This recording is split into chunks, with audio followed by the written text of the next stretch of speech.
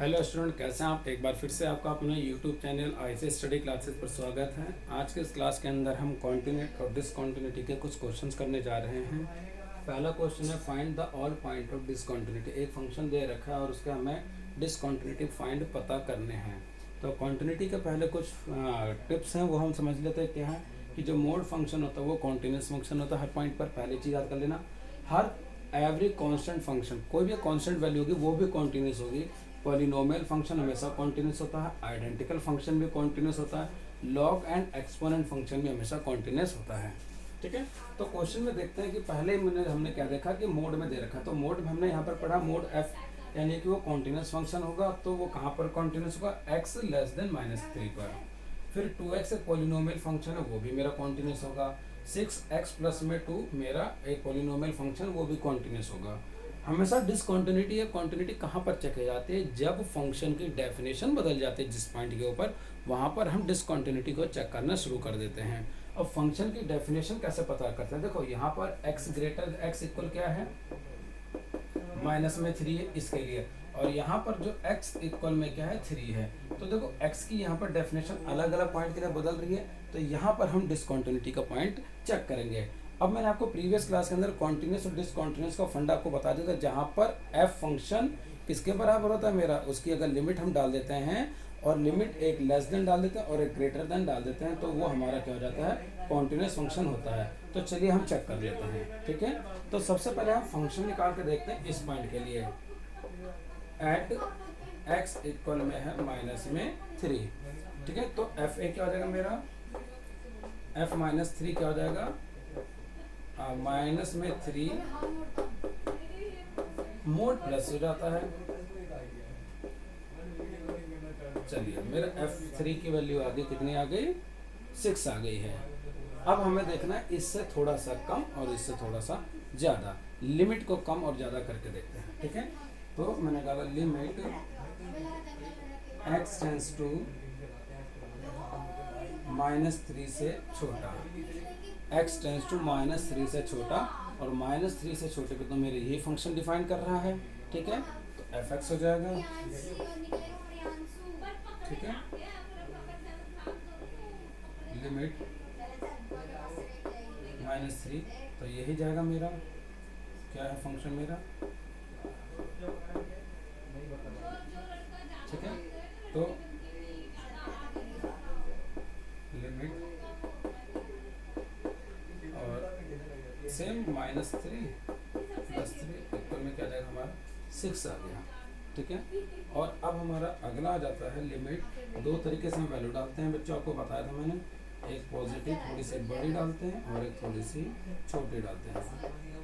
अगर x की value -3 से थोड़ी सी बड़ी है, -3 से थोड़ी सी बड़ी है, तो हमारा कौन सा फंक्शन एग्जिस्ट कर रहा है, ये वाला फंक्शन एग्जिस्ट कर रहा है।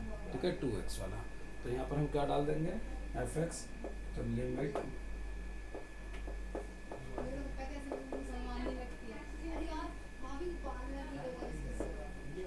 तो क्या हो जाएगा, लिमिट पुट कर देंगे तो 2 मल्टीप्लाई यहाँ पर आ जाएगा, माइनस का है -3, तो माइनस का ही आ गया।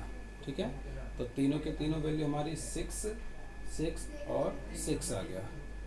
ठीक है, तो यहाँ पर हमने क्या प्रूव कर लिया कि लेफ्ट हैंड लिमिट इक्वल में राइट हैंड लिमिट इक्वल में fx एट इक्वल -3, ये हो गया। ठीक है,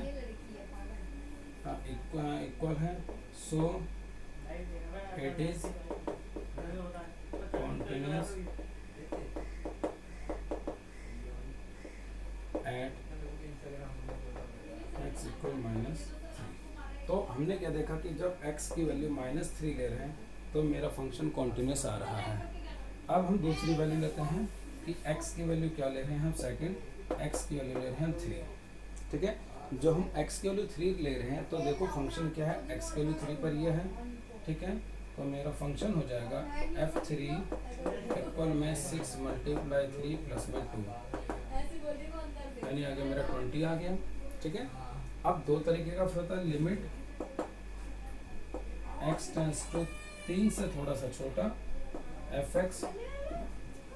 अब 3 से हल्का सा जो छोटा मेरा एफ एक्स क्या है वो ये है, तो हम यहाँ पर इसको डाल देते हैं लिमिट x टेंस टू 3 और माइनस में 2x यानी 2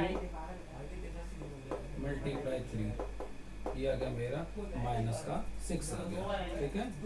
और सेकंड डालेंगे, ये हो गया लेफ्ट हैंड, और राइट हैंड लिमिट में डालेंगे हम लिमिट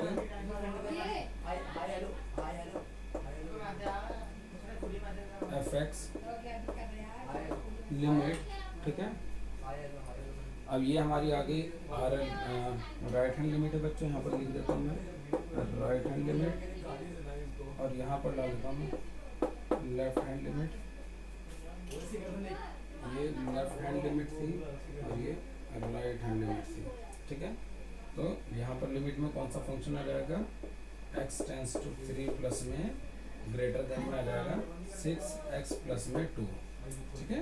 तो यहाँ पर 6 मल्टीप्लाई 3 प्लस में 2, ये आ गया मेरा 20।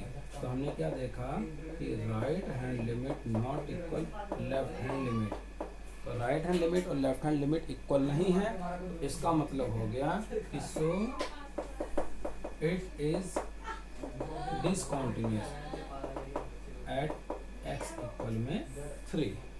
सो स्टूडेंट्स, आज का एक क्वेश्चन हमने जो किया था बहुत सिंपल तरीके से, एक बार मैं आपको फिर से समझा देता हूँ। सबसे पहले हमें ये कॉन्टिन्यूटी और डिसकॉन्टिन्यूटी को अगर हमें चेक करना है तो हमें ये पता होना चाहिए कि कहाँ पर फंक्शन की लिमिट बदल रही है, कहाँ फंक्शन अपनी डेफिनेशन को चेंज कर देता है। अगर आपको वो पॉइंट पता लग गया तो आप कॉन्टिन्यूटी और डिसकॉन्टिन्यूटी बड़े सिंपल तरीके से कर लोगे। आई होप आपको वीडियो बहुत पसंद आई होगी। चलिए स्टूडेंट्स, बाय।